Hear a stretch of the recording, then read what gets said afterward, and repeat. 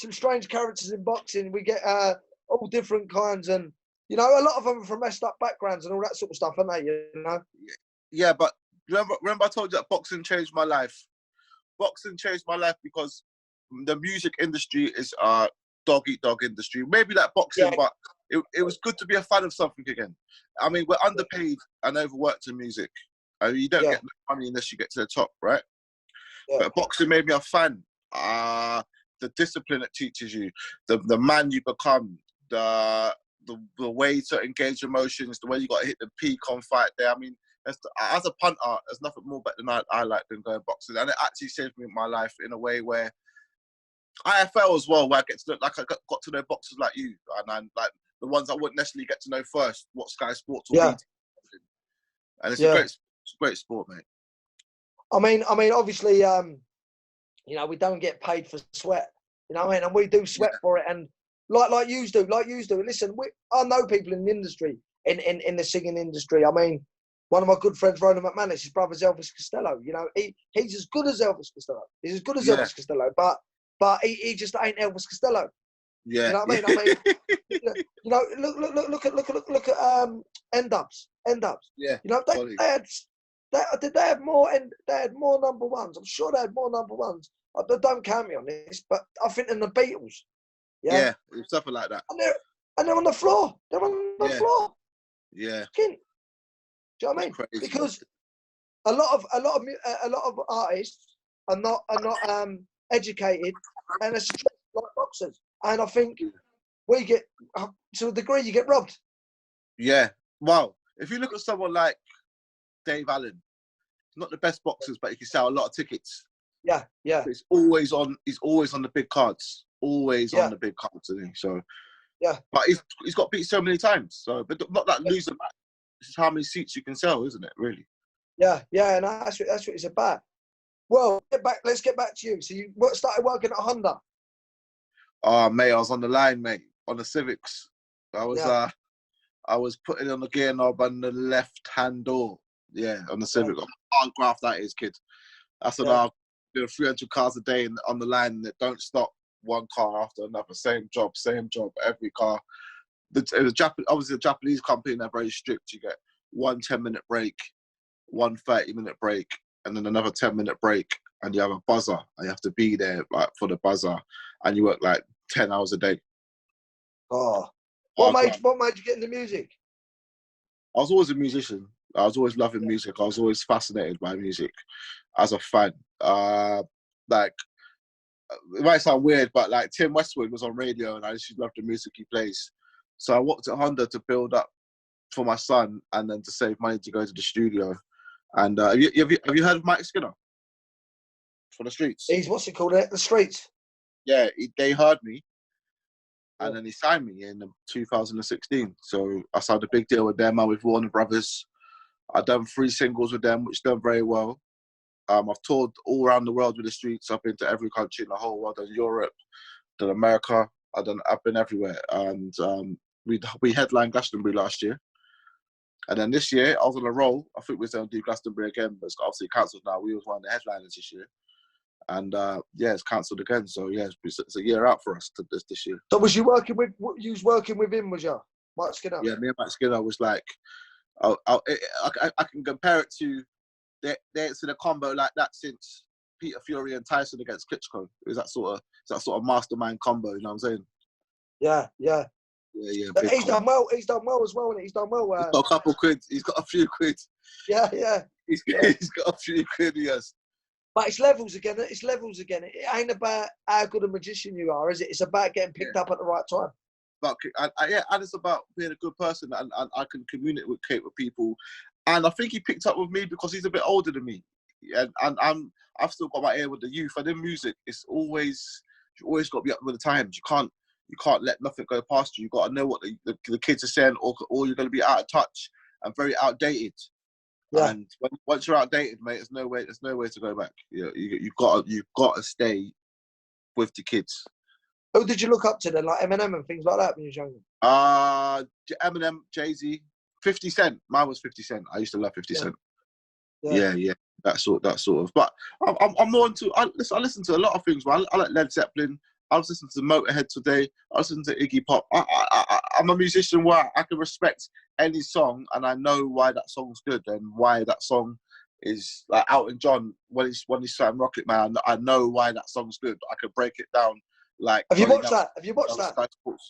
Pardon? Have you watched that? Have you watched Yeah, Rocket Man? of course, man. I'm a music man. I'm a music man. Yeah, I'm a music man. But I can tell you why that's good, or why he sang on that pitch, or why that note is there. Like I can read it. Like I read the game like any boxing man that watches the boxing that knows it. Yeah. Chess. Music's technical. It's very technical, and so it's all about gifts, man. Well, I was in Ireland when I knocked out Michael Gomez. I had a sponsor called Patrick Rocker. He died now. You know what I mean? Rest in peace. But he shot himself in the head when the Celtic Tiger went down. But basically, we were sitting in this restaurant, and he flew me over on a private jet, my own private jet. No way. 2006 Falcon was brand spanking new. Bill Clinton was on it 3 days before me. He looked after Bill Clinton like when he was in Ireland and that. Anyways, the Celtic Tiger went down. You know, when the economy went down in Ireland, I think it was about 2008, and he ended up taking his own life. And I was sitting in a restaurant with him one day, and basically it was Yuri Geller. I was working with Yuri Geller, and Yuri Geller said to me, that's another story. Get in touch. You know, I've got a mate. He's going to fly you over there on a private jet. You know what I mean? No one thinks you're going to win this fight. We think you're going to win this fight. I was 125-1. Fuck off, the penner on that, kid. Yeah. After I come back, I said, I want to meet Patrick Rocker. He said, you won't get nowhere near Patrick Rocker. He's like, this, that. I said, let me tell you something. Give me his number. I'll get in touch with him. A week later, I was flying back there on a plane. No. Sitting in the restaurant with him. He said, I've got 45 minutes. So I said, all right, no problem. So I said, I see him look at his watch a couple of times. This is about 3 hours later. And he said, I've got to go and meet someone there. I've got to go and meet someone. I'll get him to come here. So he's on the phone. He said, hello, how you doing, mate? He said, see you soon, Van. Just got off the phone like that. And he goes, my brother-in-law's coming to see me, Van. And I thought, who's he on about? Van Morrison. So, Van Morrison's married to Michelle Rocker, who's Patrick Rocker's sister. So I sat there and had dinner with Van Morrison. Do you know what I mean? Wow. You know, it's amazing the things that experiences I've had in boxing. Financially, I've had nothing out of boxing. But no way, don't lie. Nah, nothing, mate. Nothing out of boxing. You must have been. You had fucking loads of fights, bro. 20, but I was about 20 grand in debt when I left boxing. Trust me. Yeah, listen, I'll tell you the reality of boxing, mate. You know Bradley Skeet and people like that, didn't you? Yeah, Bradley Skeet. Welterweight. You got beat ask him how much he's had out of it. You know what I mean? Bradley Skeet got beat by Sam Egerton, though, didn't he? Yeah, British champion and all that. But Skeet was good. But you know what? Skeet was nearly had the Pacquiao fight, didn't he? Hey, yeah. He chased the Pacquiao fight, wasn't he? Yeah. It was talk of it. It was talk of it. Do you know what I mean? Like, so how good's that Michael Conlon? Good fighter. Very, very good fighter. Very good. Yeah, he'd be world champion. Yeah, what weight is he? He's called out Josh Taylor, isn't he? Fev. What was he? Super Fev, isn't it? Yeah. Josh Warrington. Josh Warrington, not Josh Warrington. Jackie D. Warrington. It's a good fight. Warrington's a good fighter. I like Warrington. He's proved everyone wrong time and time again, isn't he? Did you listen? He reminds me of Hatton. Warrington reminds me of Hatton. He's like Hatton. He's a bit quicker than Hatton, though. He's a bit quicker. Yeah. Same sort of engine, though. Yeah. Oh, his engine's unbelievable. He's Did you listen to the Michael Conlon podcast? Nice. I haven't heard that one yet. Serious podcast. No way. He was taking E's at 12. Mate. It's a serious podcast. Honestly, have a listen to it after this. I will. It's the last one I put out. Yeah, but I saw a girl you put out the other day. She had about 350,000 followers, mate. Jess and Piassi. Yeah, well, yeah, flipping now, kid. Yeah, she's a superstar. This is a superstar podcast now, isn't it? Yeah. Getting there. Just listen. But again, it's about stripping people back because everyone knows you as a rapper. Yeah. But the thing is, people don't realise the upbringing. What it took you to get there. People think you've just become a rapper. Oh yeah, he can rap, and that's the problem with kids now. They don't understand the graft that's behind all this sort of stuff. Do you know what I mean? They don't understand the graft, and And, you know, when you've just turned around and said, I worked at Honda, people don't believe you worked at Honda or you've done this or you've done that. You know what I mean? So I like kids to listen to this, you know what I mean? That's why I like to keep podcasts clean. I like to keep it, you know what I mean? People swearing every 5 minutes. It's no good. Billy Joe. When I said, Billy Joe, he swore, and they went, oh, can I swear on your podcast? I said, no, feel free to say what you want to say, but, you know, it's up to you. And he never swore once after that. He never swore. And Billy Joe swears every interview 50 times. Does he? Yeah. So you know what I mean? So he you know what I mean? People can do it. People can do it. And just be real. And I got Billy Joe to be real in his podcast as well. I done one with Heavy D the other day, right? People saying to me, I'm not watching that. I don't like Heavy D. I said, watch that interview and then come back and tell me if you like Heavy D. Every single one of them come back and said, he's a different person, isn't he? I said, because he's all right. He's all right, isn't he, Heavy? Colin, he's all right, mate. Good geezer, mate. He's Colin Cabby, isn't he? He's Colin Cabby. That's what he is, Colin Yeah. Cabby. Listen to his story, and it's a great story. Do you know what I mean? I've heard this one. Because I didn't know he was on Judge Rindo and all that, mate. I didn't have a clue. Yeah. But he gets pursued wrong, though, because where he's come out of the limelight now, he's calling out Coogan, he's doing his stuff. He's only doing that to make his name relevant. That's all he's doing. Yeah. You know what I'm saying? That's all he's doing. But let's get back to you. So obviously you was going to do Glastonbury this year. Yeah, I was going to do it with Mike. Well, fortunately, and all right. What the music is doing to people is a lot of musicians are getting into depression. They can't go to the studio. They've got no inspiration to write. They've got no shows. A lot of musicians won't be going back as musicians after this, man. They ain't got no money to be a musician. You got to go back to a 9 to 5 for a bit to get it. Yeah, I'm quite lucky. But so if you're below me, no, definitely you'll be going back to work, man. And maybe they might not ever make it out of that work again. And it's a lot for us. It's like small hall boxes, right? It's a few small hall boxes after this. We don't know. Yeah. I think there's going to be a lot of people retiring. There's going to be a lot of people that leave it. There's going to be a lot of people. How sad is that, Pete, mate? How sad's that? Yeah, you know what I mean? Yeah. I mean, even with the music industry, I mean, I see when people win this X Factor. My little girl's an actress. My little girl's wicked. Yeah, my little girl's at stage school. She's at Italia Conti. She's on a pro course, and that's what Jess Impiazzi. That was, she went there as well. And you know, even her story. Did you listen to her story? No, I heard of her. Yeah. I heard the Heavy D one. I heard the Heavy D. Yeah, listen to her story. Honestly, listen to her story, because basically, I'll tell you just the drift of it. Her mum, like, she was at acting school. Her mum ended up going blind. Through the change, when the women have to change. And basically, she come out of acting school. She went back to acting school, but she was half left behind. So, but she needed money, so she ended up getting in glamour modelling. She got into glamour modelling, and they got an ex on the beach and all that. But she's been in some like good films, and she's just doing like TV things now at the moment. And I said, what was it like to go to an acting school all your life and then get into glamour modelling? Not taking nothing away from glamour models. And, I said, but you know, you've done the graft, like, you know, like how you're doing. You've done the graft. But yeah, I've done graft. And she said it was just money, Pete, at the time. Do you know what I mean? She said, I regret certain things, but that's life. You know what I mean? Don't make people bad people or nothing. You know what I mean? Yeah, and I'm glad that you got this outlet for people to strip back and because you don't know how much you're helping the person you're interviewing. I don't think. Like today, I feel $1 million, man, because I feel like I got something off my chest. I feel like a weight's off my shoulders. Like maybe I needed to say what I said today in this interview. Do you know what I'm saying? So maybe you're helping people, then you know. Yeah, but you know what it is? Let's forget. When you come, even when you're coming up, even when you're up there, mate. Some people are up there, yeah, and they're still on the floor. They're still on the floor, mate. They're still struggling. You know what I mean? They think they're doing better than what they are, but they're not. They're not. It's an image. You make it. Hey? Fake it till you make it. That's what they say, isn't it? 100%. You got to fake it till you make it, baby. That was Buddy McGirt's favourite sound. That was. Yeah. Fake it till you make it. But yeah, no, he's But again, like, that's what I like to do. I stripped back Ricky Hatton when I done a Ricky Hatton one. Stripped him back. Yeah, I heard that. He's in a £5 million house, and I'm not happy. What do you mean you're not happy? You got all this. It don't mean nothing. It don't mean nothing. Do you know what I mean? To me, it might mean something, but to him, it don't mean nothing. What's happiness to you? A couple of mil in the bank.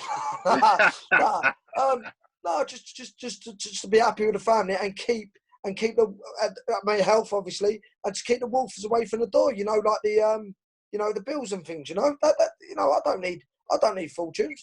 I don't think you need a flash car, mate, to be happy. Do I think you need a flash card? No, but but you don't want a banger as well. You know what I mean? 100%. But again, let me tell you something. Listen to this. John Fury said to me, "This is a corker, right? They've pulled him from. Listen, they pulled him from Love Island, right? They pulled him from Love Island. Tommy Fury. Yeah. He's gone in there as a nobody. He's come out a superstar, right? Yeah. So he gets off the coach or whatever. I can't say the story's bang on, but I'm just going to say how I think it. Yeah. Right? So he's got off the coach. John's pulled up in some banged out motor, right? Guaranteed there's red diesel in it, right? It's pissing down with rain outside. He goes to get in the car, Tommy, but you can see he's all look like that. I said, "Get in then. You're going to get some." And Molly turned around and said, "I'm not getting in there." And he said, what do you mean? He said, "You can either walk first class and get soaked, or you can drive second class."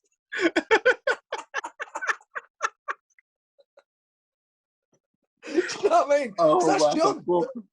That's John, mate. John could have £1 million and still have the same old banger on the drive.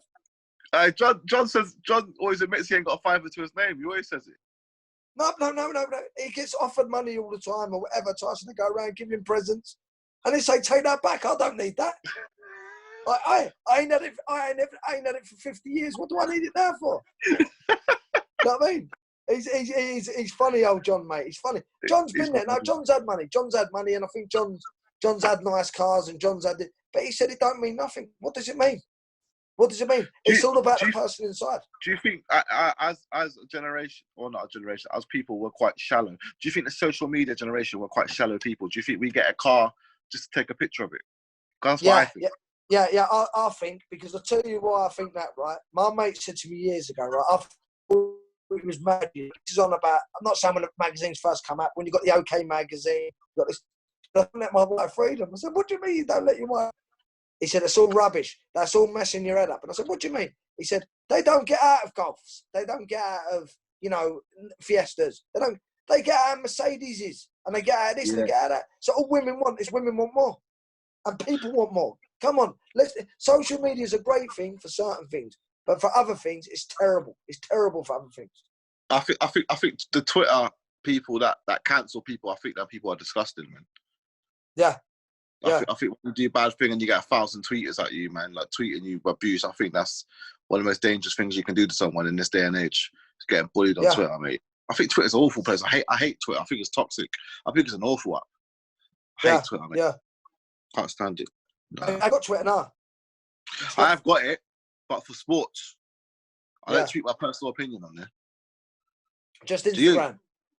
Instagram is just pictures. It's just pictures. You look at it, you like it, move on. You know what I'm saying? You don't want to be reading too much. It's just for business, mate. All social media to me is just for business. Because I tell you what, once I eventually do what I do, whatever, or if I get my break in TV or whatever, like I've done for TV, but other TV, I'll get off all that stuff because I won't need that stuff.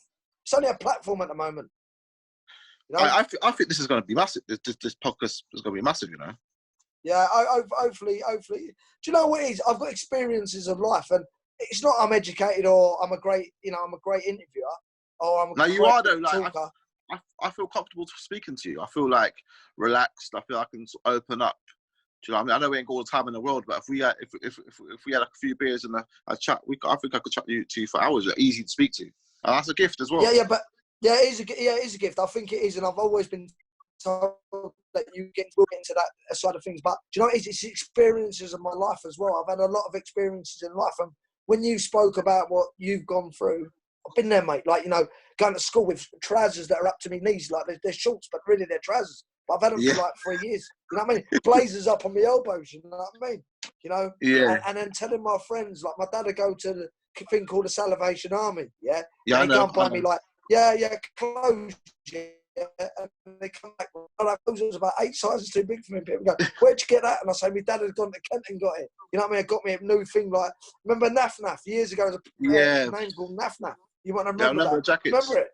Yeah, Naf. I've got all that sort of stuff. And yeah, my dad, you know. So for me, fake it till you make it, baby. I was telling everyone that it was, you know, I bought it from the shop, but they must have looked at me and thought, this 8 sizes too big for you. You know what I mean? But, you know, so I believe whoever I speak to, whether rich, poor, whatever, I've lived in all different kinds of circles. I've never been rich, but I've been around a lot of rich people. You know what I mean? Yeah. And I know how they tick.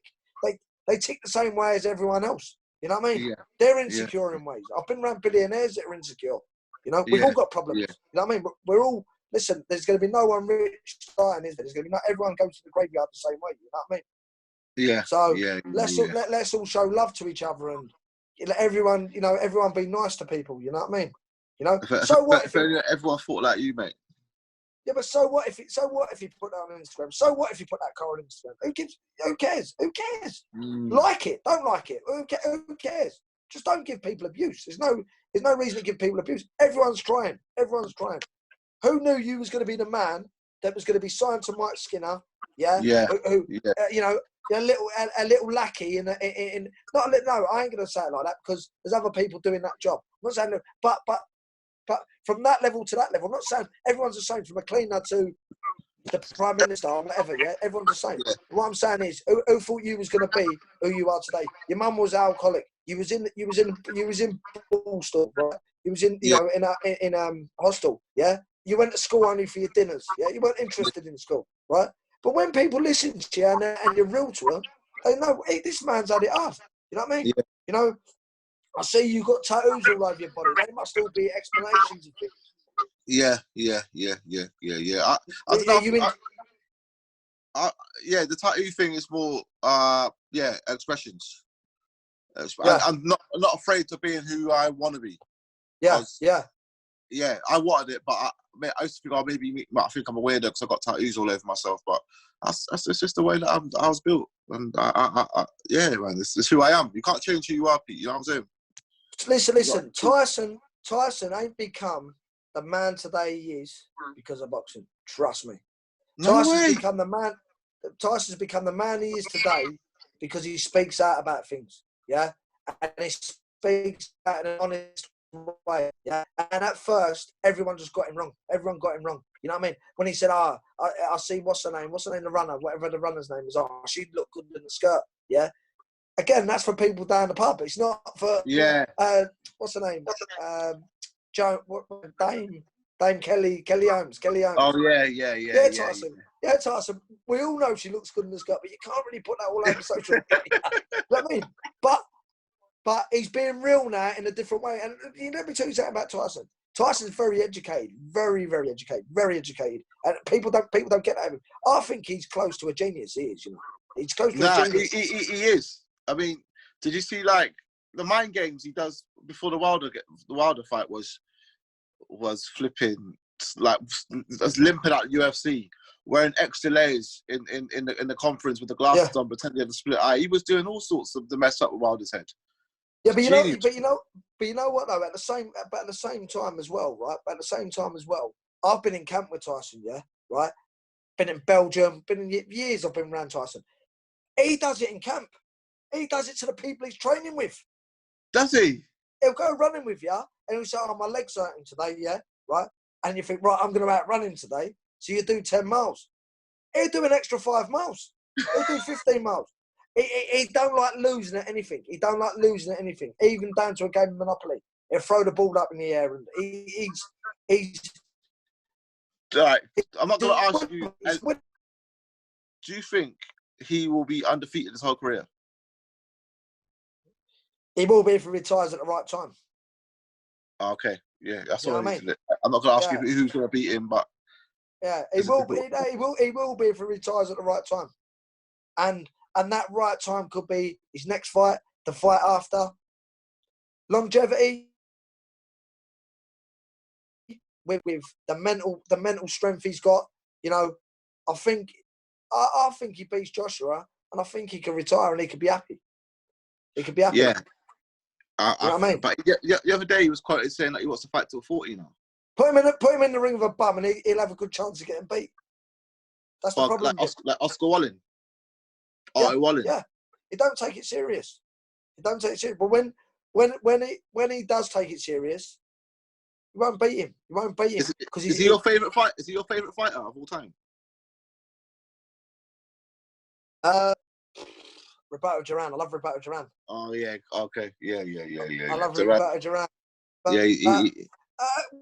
Current era, 100%, because he's got everything. He's got everything. He's a showman. He's a freak of nature.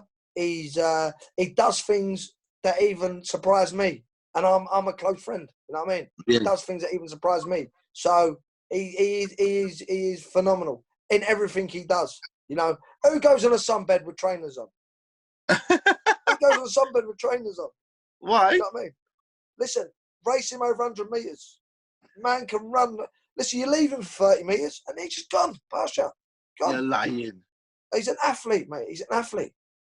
Anything you challenge him to, he won't let you beat him. He won't let you beat him at anything you challenge him to. And if you do beat him, he'll say you're cheating. Let's do it again. Yeah, but he won't leave you alone. And he never. It's one of them. He'd be miles behind you if you like. He could do a long run. He'd be behind you, but he can't do an extra 5 miles. Yeah. You know what I mean? Yeah. He's just everything. I'd love to meet him one day, man. I need to meet him one day, man. Yeah, you've done a song on him and all that, and now you've done a song on him. Yeah. I've got about 5 songs after him, man. Have you? Yeah. He's my idol, man. Yeah, no, he's a top man. So what's your plan? What's your plans for the rest of the lockdown then? Just keep my head down, stay fit. I'm doing 5K every day. It's not too much, but I couldn't run 5K before, so I'm doing 5K in under 30 minutes, which is all right for me. Stay fit. It's not bad. And that's it. Just waiting to get things back to normal so I can go back to the We've all got the same hairdresser at the moment, haven't we? Just take it off. I just had number 1 all over, mate. Obviously, you like your boxing. I'll tell you, if you fancy it one day, we'll go out to Spain and we'll go to the MTK gym. That's good in Marbella. You've been there? Marbella, mate. That's a dream. I'd love to go with you, man. Yeah. I would love to. And you can train, and then at night you can go down to the beach and you can sit there and make some songs up and things like that. You know. Yeah, that'd be amazing, man. I'd love to. I like when we're back to normal, we can do this proper again, face to face, man. I can go do. Yeah, no, defo. Yeah, defo. Listen, I'll let you go, and right. I'll speak to you later. I'll give you a ring in an hour or so. All right, cool. Now, thanks all right, mate. Thanks for everything, mate, and all the best. Cool. Nice You one. too. Thank you. Cool. Good, mate.